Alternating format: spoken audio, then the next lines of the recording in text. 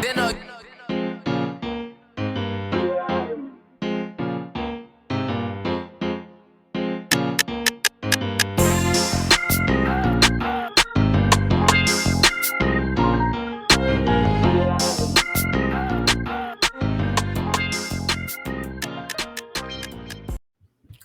up, what up, what up? Welcome to another episode of New Orleans Basketball, a New Orleans Network podcast. As always, I'm your host, Raphael Rattler, joined by my fellow middle brother, Garrick Rattler. What's popping with you today, bro? We got to stop meeting like this, bro. We got to stop. We got to stop meeting like this. I'm tired. I'm tired of talking about the injury bug. I mean, the season hasn't started yet. It has not. We didn't even make it to media day this time. We got to stop meeting like that, man. But I'm fine. I'm doing fine. NFL's back. You know what I'm saying? Regular season football is back.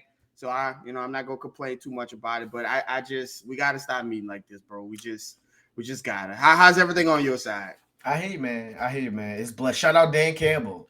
Yeah. It was like the first time the Super Bowl champs had lost like this at home. Patty Mahomes was like undefeated on his week ones. Shout out to Dan Campbell and them boys, man. But before we get into it, make sure you guys follow us on Twitter, on IG, on TikTok, on X, on Threads as at NO Basketball, no E. Like the episode below and subscribe to the channel. Trey Murphy. Murphy today had successful surgery on his partially torn meniscus and is out 10 to 12 weeks, which is roughly about like 18 or 23 games. Now, something tells me that 10 to 12 weeks will probably be 12, and something tells me that's not even like when he'll be Trey Murphy. Like, it'll probably take him a while to get in the rhythm and things like that. So first and foremost, before we dive into the impact of this injury, it sucks for a guy like Trey Murphy, man. Like, the whole world, again, we was just joking about this on the last pod, how Larry Nance is like, yo, Trey Murphy needs more haters in the world because everybody could see the ascension and the rise in a player like Trey Murphy, from Pelicans fans to people around the league to people who consume basketball like that from a professional standpoint. And so to see all the things that he was doing, to put in the work to make sure his third year was the leap that he wanted it to be, that's got to be frustrating for him first of all, because you stop your progress right before you get to show it. And then it's got to be frustrating for the team and everybody associated with it. So first and foremost, prayers to him. Hope that he gets up and running quickly and sooner rather than later, because the Pelicans need him. But from a Pelicans standpoint, in your perspective, from your words, like, how big of a blow is this to the Pelicans start of the season from the offensive standpoint, from a team chemistry standpoint, and things like that? It's a major blow. It's no way to kind of sugarcoat it. I mean, Trey Murphy was going to be an integral part of the start of this season, right? Mm-hmm. What made the Pelicans so tantalizing on paper is the fact that you had a guy like Trey Murphy with that ability to shoot at that height, with that athleticism, paired with CJ and Brandon Ingram and Zion and JV and all of these different guys who demand double teams and demand attention. But you just you can't leave Trey Murphy open. I call him the walking conundrum, and that's what he is. And when you take that away from the Pelicans, listen, if Zion and Brandon Ingram and CJ and JV are there, obviously you should have a formidable offense, a very potent offense. But without him there, the 3-point marksmanship really falls on the rookie, Jordan Hawkins now. Like, obviously you want CJ to shoot and Brandon Ingram to shoot and maybe even Zion and JV has shown. But when you talk about shooters, right, Larry Nance talked about it. There was one on the team last season, and his name was Trey Murphy. And now he's not there to start the season. So to start the season off, we're talking chemistry, things that they won't be able to gain on the court. We're talking just the impact of Trey Murphy that will be missed. Now, the Pelicans should be able weather the storm, right? Trey Murphy is obviously a really great player, but again, if you have your one option, your two option, and your three option, and your fourth option available, depending on where you fall Trey Murphy into that slot, you should be able to maintain and stay afloat. But seeing the ultimate formation of this team and the summation of this team requires Trey Murphy playing heavy extended minutes. And it's just yet another chink in the can this team get together on the floor, whole. It's just another chapter in the story of no, they won't be to start the season. So it sucks. The Pelicans should be able to maneuver through it. But you really wanted to see this team come out of the gates blazing. And they very may well, but Trey Murphy is such an integral part of that process that they will feel his absence. Right. He made 22% of the threes made for the Pelicans last in one play. That's not great to not have that there. That's not tough. Ideal. That's tough, right? Like there's a couple things going in their favor, right? We talked about it before. 10 of their first 15 games are at home. So you're going to have the crowd behind you. Some of the role players who you talked about, like a Jordan Hawkins, are going to be able to play a little bit better at home. And maybe that helps them get by, right? For a couple of those roles. So everyone's not going to shoot 80% from three like Trey can on any given night from 7 shots and things like that. But maybe, you get one of those defenders or Jordan Hawkins, somebody has a night every single night, kind of like the beginning of last year was, where we were kind of figuring out who was the sixth man, and every night it was either Jose or some nights it was Najee. Like, you're going to need some of that, I think, from the bench role. I think this gives the BI, the CJ, the Zion trio an opportunity to really figure out how to work off one another, because Trey's fit is just so seamless with any of them because he doesn't need the ball. I think in this scenario, Willie Green is going to have to figure out a way. Hey, we always talk about this, like one of those three should always be on the court. And so how do you make sure that you are getting the most out of each one of them by giving them their chance to run the show, but also making sure that they're playing off one another? And so maybe, with Trey not being there and that being such an absence, you're going to have to get more minutes from your superstar from that standpoint. You talked about it, and I want to run right into that. So Jordan Hawkins is obviously the immediate person that people say, well, you take out a 3-point shooter, you add one to it. You and I, we've been talking about it from, all summer standpoint. Historically, if you can't defend, Willie Green is not throwing you out there like that. If you're a rookie, you saw it with Trey. Like, Trey didn't start the season like that, and it took the Pelicans losing like 12 games in a row for Willie Green to give Trey an opportunity to play because he had to. And so I guess my question to you is, like, let's say Willie, I don't think he's going to completely change his style, right? I think if Jordan struggles defensively, even if he's the one who can space the floor the best, I still think that Willie's going to trust guys like Najee Marshall and guys that like Larry Nance and guys that he knows what he's getting, even if the 3 ball's not there, especially if you still have Zion and CJ and BI to cover for you on the offensive end. And so, if it's not Jordan Hawkins, right? Like, let's say like he's going through his rookie lumps and, it's struggle for him to kind of defend. Who else do you kind of see as that next man up to take a good Trey's walking away from at least 28 minutes, like a good chunk of minutes? Who do you think that next guy for the Pelicans will be? Well, 2 things. First thing to your first point, I tweeted about it out earlier.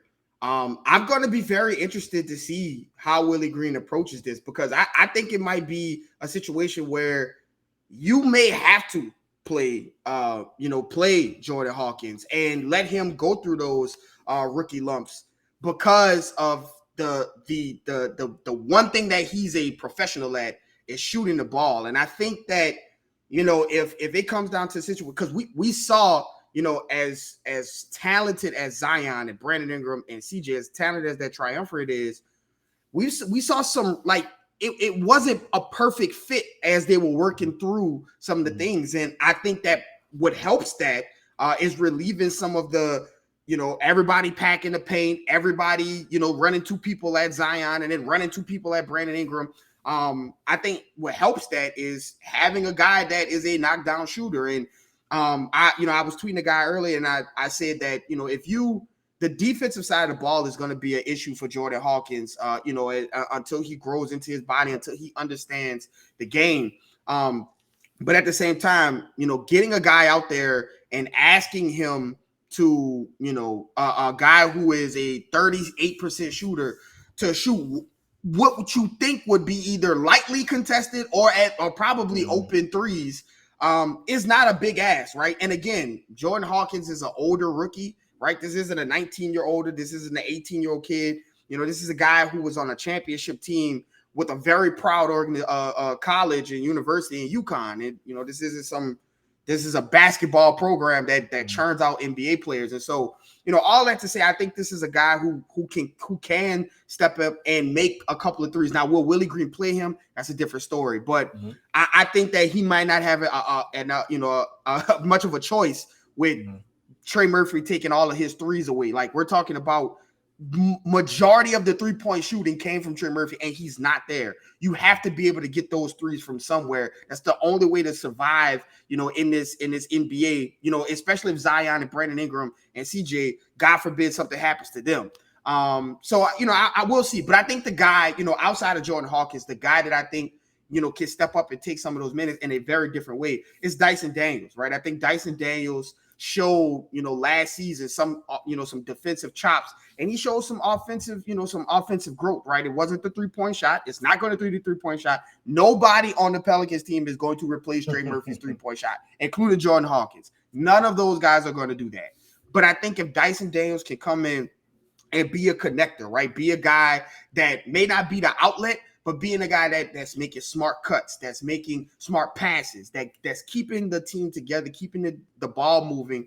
And that way, Brandon Ingram gets more shots. Zion gets more shots. CJ gets more shots. And he can kind of keep that offensive line going, because it's not going to be, from the 3-point shot. The Pelicans are not a 3-point shooting team, and because none of their best players are, including JV as well. So, you're going to have to find ways to get creative, get the ball moving, get guys involved. And I think somebody like a connector like Dyson Daniels can come in and have that opportunity to do that. I think the points are going to come, like you said, from more shots from the stars. And I don't know if so much is who's going to step in and take the point per game average from Trey Murphy, and then they get that point per game. I think there's going to have to do with more minutes from Brandon Ingram, Zion, and CJ. And if it means more minutes from those guys, I think you want to have a guy that can move the ball and connect with Dyson Daniels.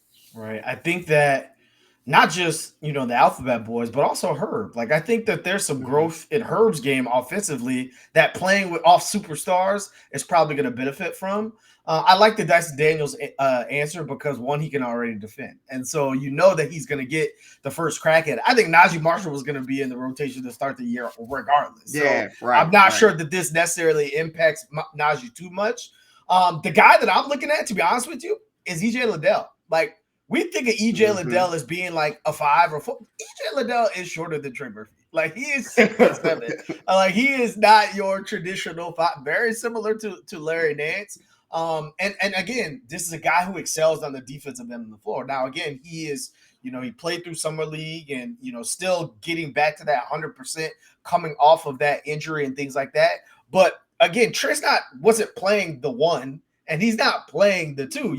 You're playing with shorter guards and CJ and Jose and things like that. And so you need someone to be able to guard 4s and to be able to guard wings. And in that scenario, I think that if EJ can both space the floor, not saying to the level of Trey Murphy, but shoot at a better clip than most of the other bench players, and he's giving you something on the defensive end, I think that's an opportunity for him. Like, you talk about Jordan Hawkins not being, the typical rookie, and that he's had a couple years under his belt. Well, EJ Liddell is definitely not the typical rookie, right? He has a lot of years under his belt and a year sitting with the program, learning around the guys, which, again, you ask guys like Chet Holmgren around the league, you got a leg up on the other rookies because you know what it takes. You know what it looks like and things like that. So I think, like, from that aspect, I think there's an opportunity for EJ to see some time, especially since this coaching staff has been looking at EJ for 2 years while he was in college. So he's going to get every opportunity, I think, to kind of carve out a role. That being said, before we get out of here, there's a lot of options, I think, to step up. Again, a lot of the scoring, you never worry about scoring if Zion and Brandon Ingram are on the court. Even if you got Steven Adams and Eric Bledsoe out there with them, if you got this type of roster, something tells me they're going to figure it out. But does this change your win estimate for the Pelicans? Like if he's out the first quarter of the season, 20, let's call it 20 games, 25 games. Do you think the Pelicans win significantly less games? Where's your head on it? I don't think it's significantly less. Because once again, as long as Zion and Brandon Ingram and CJ, like again, Trey Murphy is a huge part of this team. And it is a gigantic loss. The games are going to be a lot more difficult without Trey Murphy in the game. However, if Zion, Brandon Ingram, and CJ are there and JV as well, I think that offensive firepower can get them through a couple of games. I do think that they lose maybe 2 or 3 more games than they would have lost had Trey Murphy been in this starting 25, right? So if they were in 25 games, if I would have had them going like, I don't know, something like 15-10 or something like that, then maybe they go 12-13 or 12-12 or whatever. As long as they can keep it, as long as they can keep it together, I think that they should be fine. Like you said, a lot of the home games, a lot of the beginning of the season, the games are at home, which is going to be a gigantic boost for the Pelicans. But I do think that they might drop 2 or 3 games that they probably could have won had you had Trey Murphy catching a high game or something like that. But it doesn't drastically change. I still think this team is one of the deepest teams in the league, and I think that their starting 5 is one of the better starting 5s in the Western Conference. So I do think that regardless of Trey Murphy not being there for the first quarter of the season, I think towards the end, the Pelicans will still be God willing, health is there. The Pelicans will still be in that mix towards the end of the season. But at the beginning of the season, I could see them, between the chemistry of the big three and and those guys just trying to learn on the fly and not having Trey there to be like the escape valve. They might drop 2 or 3 games that they wouldn't have usually. But it's not a really big change for me.